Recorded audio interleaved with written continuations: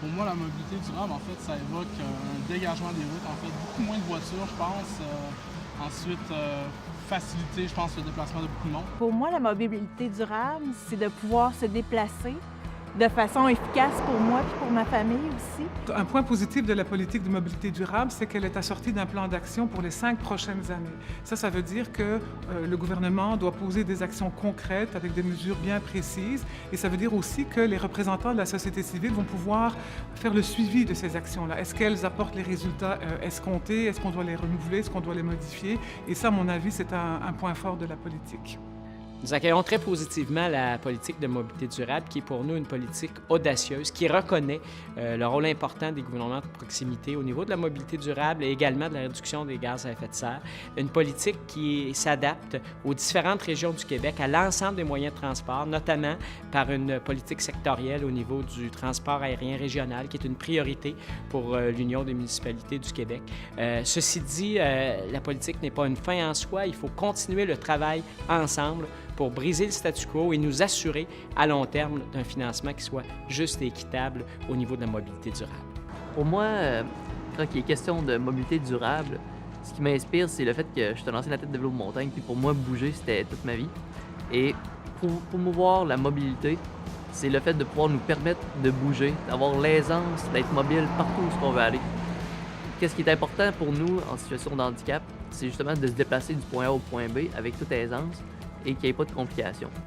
La politique, on croit qu'elle permettra notamment de bonifier les programmes de conversion de tous les modes de transport, encore là, tant pour les personnes que pour les marchandises. Et le CPQ est fier d'y avoir contribué dans un processus de co-construction de la politique avec différents partenaires. Le lien avec le transport, c'est sûr, certain qu'avec la mobilité durable, ça va permettre un plus grand flot de transport, une plus grande fluidité, peut-être des heures de livraison qui seront différentes.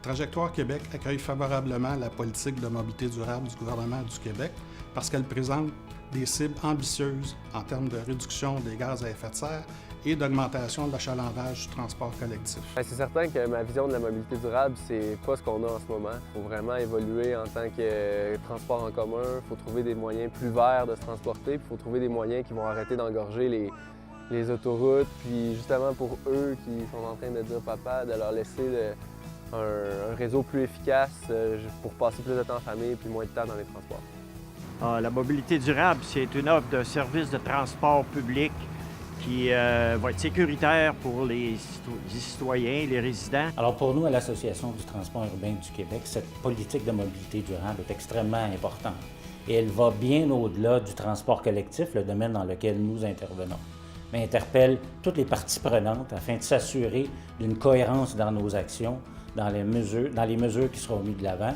pour nous permettre d'atteindre les cibles qu'on s'est communément fixées. Pour moi, la mobilité durable, c'est vraiment quelque chose qui va aider notre planète, qui va aider notre société, puis qui est peut-être plus utile aussi. En 2030, j'ose espérer qu'on va se rendre au travail avec des moyens de transport qui sont durables et efficaces, qui sont bons pour l'environnement. En 2030, comment j'espère me déplacer? Ça serait le fun que ce soit la téléportation, mais ça ne sera pas le cas. Donc, je vais dire en fait que ça soit vraiment facile d'accès, qu'il y ait beaucoup de points d'entrée et de sortie en fait dans les principaux hotspots de la ville de Québec, même peut-être justement aux alentours. Moi, je crois que d'ici 2030, on va se déplacer encore avec nos véhicules adaptés, ça c'est sûr.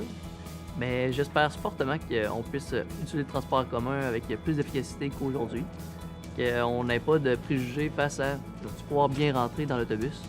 Qu'on n'ait pas le questionnement d'ici 2030 à se poser la question si je prends la bus, ça va être accessible? Selon moi, la conduite d'un véhicule lourd en 2030, ça va vraiment être axé, on s'oriente vers l'autonomie, on s'oriente vers l'autonomie de la conduite, vers un véhicule autonome.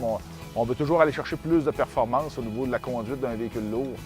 Moi, je pense qu'en 2030, on va pouvoir partir de ma région, se rendre en ville peut-être en utilisant une partie en auto, une partie en transport collectif. Je pense qu'en 2030, on va avoir évolué assez pour créer des engins qui vont utiliser plus d'électricité, plus de l'énergie renouvelable. Je pense qu'il est vraiment important, c'est qu'en 2030, les gens qui prennent leur char, qui prennent le tramway, l'autobus, peu importe, c'est que ça soit électrique. c'est que ça soit un moyen de propulsion qui ne soit pas avec des émissions de gaz à effet de serre.